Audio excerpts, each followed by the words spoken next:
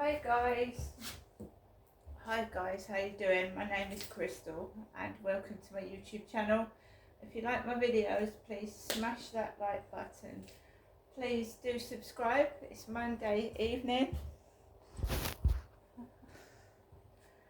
This can be the worst time for somebody that lives by themselves, especially when you're being harassed and victimised. And somebody's obviously a pervert and just wants you to use you, you know what I mean? Alexa, what's the time, please? It's 7:32 p.m. So when the guy upstairs came home, there were people wandering around in yellow high-vis jackets and they were sticking these through the door. That's what they were doing. These are letters about the Sweeps Festival that I took photos and videos of last year. So it's on the 4th, 5th and 6th of May 2024 here in Rochester, the Sweeps Festival. I managed to go to it last year and I can remember feeling exactly the same as I do now. That I don't like crowds of people, I don't. That you're wondering who is stalking and who is harassing you, and you don't know if they're following you about. You don't. You do start to get paranoid. Who is it? So I don't work. I don't wear high-vis jackets. I'm a female. I don't have a job at the moment.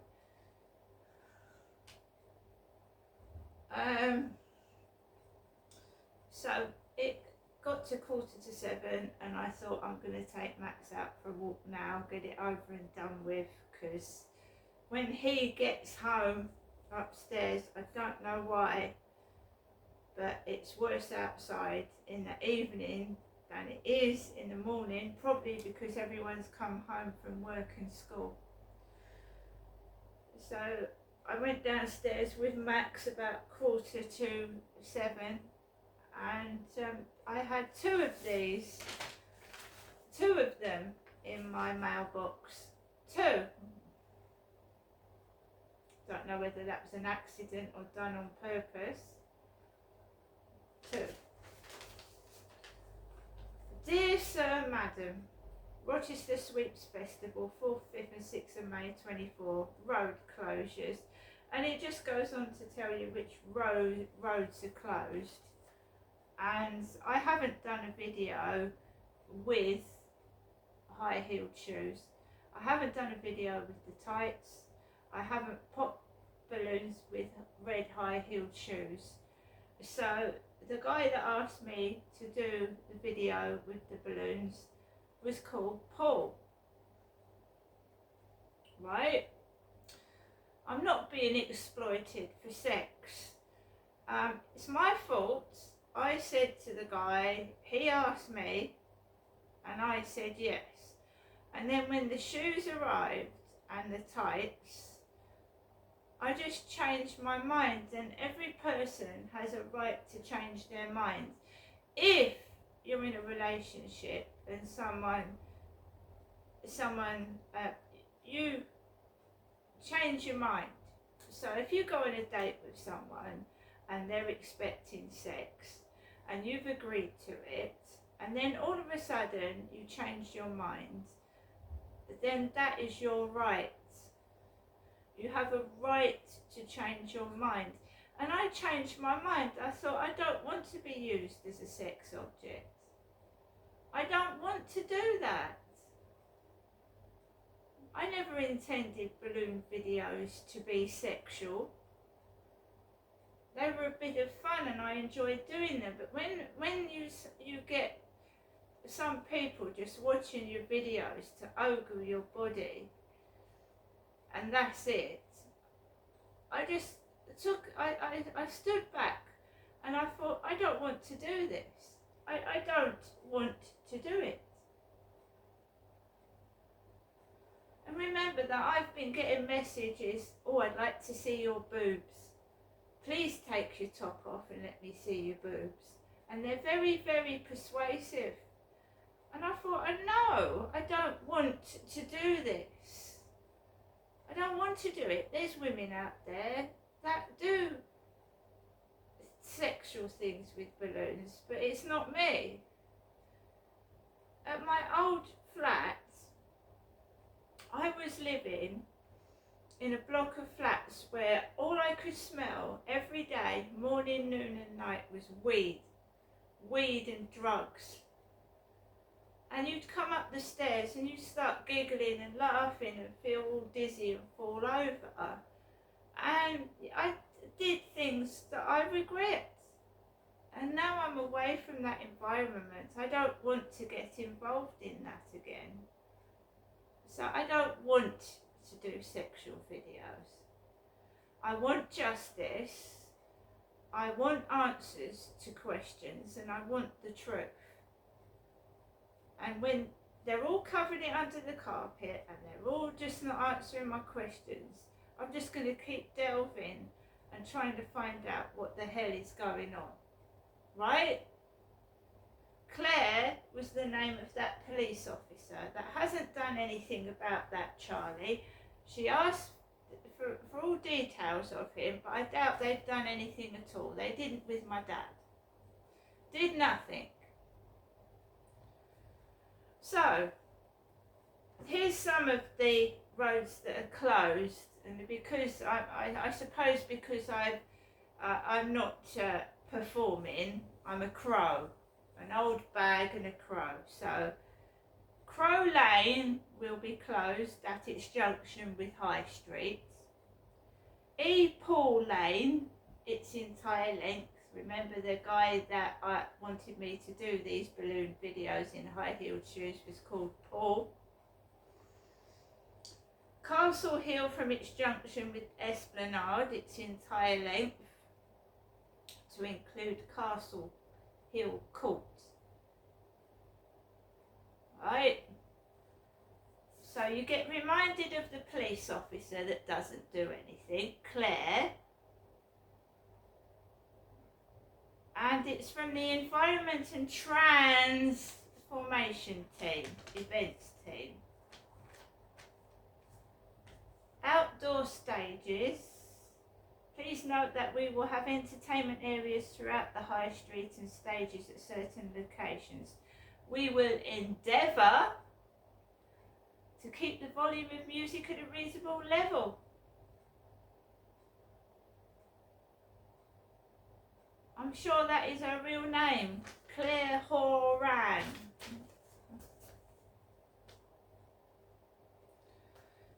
So I took Max out for a walk. There was a guy dressed up like my son who came down to see me about 4 weeks ago with a floppy hat, like an old man's cap, pair of earphones over his head. He was dressed like an old man, and he was walking in front of me. I started walking on the field and I could see like the three people like gaining and walking quite fast behind my back, so I didn't hang about and I've come home. I've not really had any problems. There's been nothing remarkable, but you get depressed, you get down, you get fed up.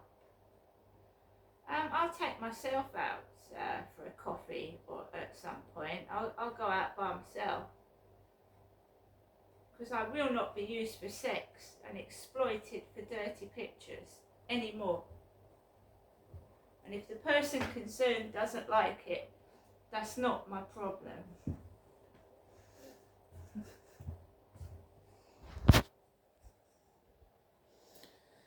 So as I said, you get to the evening, you start to feel down, you start to feel miserable. I haven't been in the co-op, I haven't spoken to anyone, and there's been no post. So it's been a lovely day, but a good day with no sex exploitation. Because that's all I've been used for all my life, even when I was a child. Alexa, LBC Radio. LBC London from Global Player.